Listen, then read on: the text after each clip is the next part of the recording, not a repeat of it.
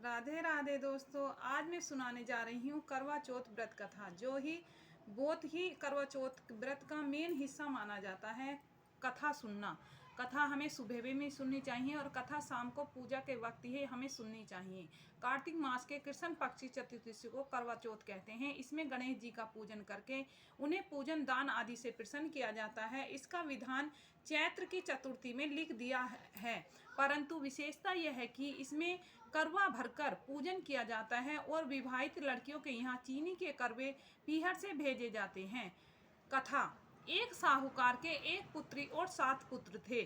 करवा चौथ के दिन साहूकार की पत्नी, बेटी और बहुओं ने व्रत रखा। रात्रि को साहूकार के पुत्र भोजन करने लगे तो उन्होंने अपनी बहन से भोजन करने के लिए कहा। बहन बोली, भाई अभी चंद्रमा नहीं निकला है, उसके निकलने पर ही मैं अग्नि देकर भोजन करूंगी। इस पर भाइयों ने नगर से बाहर जाकर अग्नि जला दी और चलनी में ले जाकर उसमें प्रकाश दिखाते हुए बहन से कहा, बहन चंद्रमा निकल आया है, अग्नि देकर भोजन कर लो।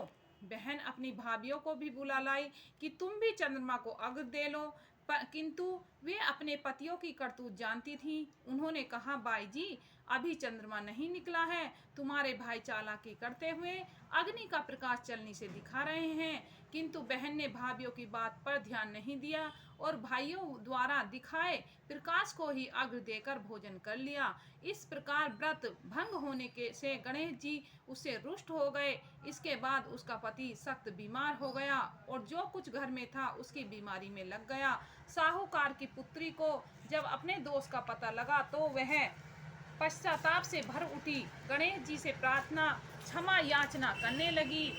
बाद में उन्होंने विधि विधान से चतुर्थी का व्रत करना आरंभ कर दिया।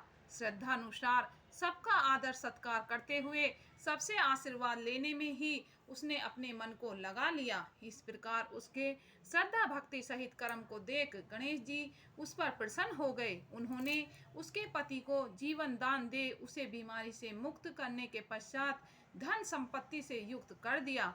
इस प्रकार जो कोई छल कपट से रहित श्रद्धा भक्ति पूर्वक चतुर्थी का व्रत करेगा वह सब सुखों से सुखी होते हुए कष्ट संकटों से मुक्त हो जाएगा तथा करवा माता उसके पति की दीर्घ आयु करेगी, हर संकट का नाश करेंगी। करवा का उज्जवल। करवा चौथ व्रत का उज्जवल कैसे किया जाता है? एक थाल में 4-4 पूड़ियाँ 13 जगह रखकर उसके ऊपर थोड़ा थोड़ा हलवा रख लें। थाल में एक साड़ी, ब्लाउज और सामर्थ्य अनुसार रुपए भी रखें। फिर उसके चारों ओर त्रोली चावल से हाथ फेरकर अपनी सासू जी के चरण स्पर्श करके उन्हें दे दें। तदुपरांत 13 ब्राह्मण ब्राह्मणियों को आदत सहित भोजन कराएं, दक्षिणा दें तथा रोली की बिंदी तिलक लगाकर उन्हें विदा करें।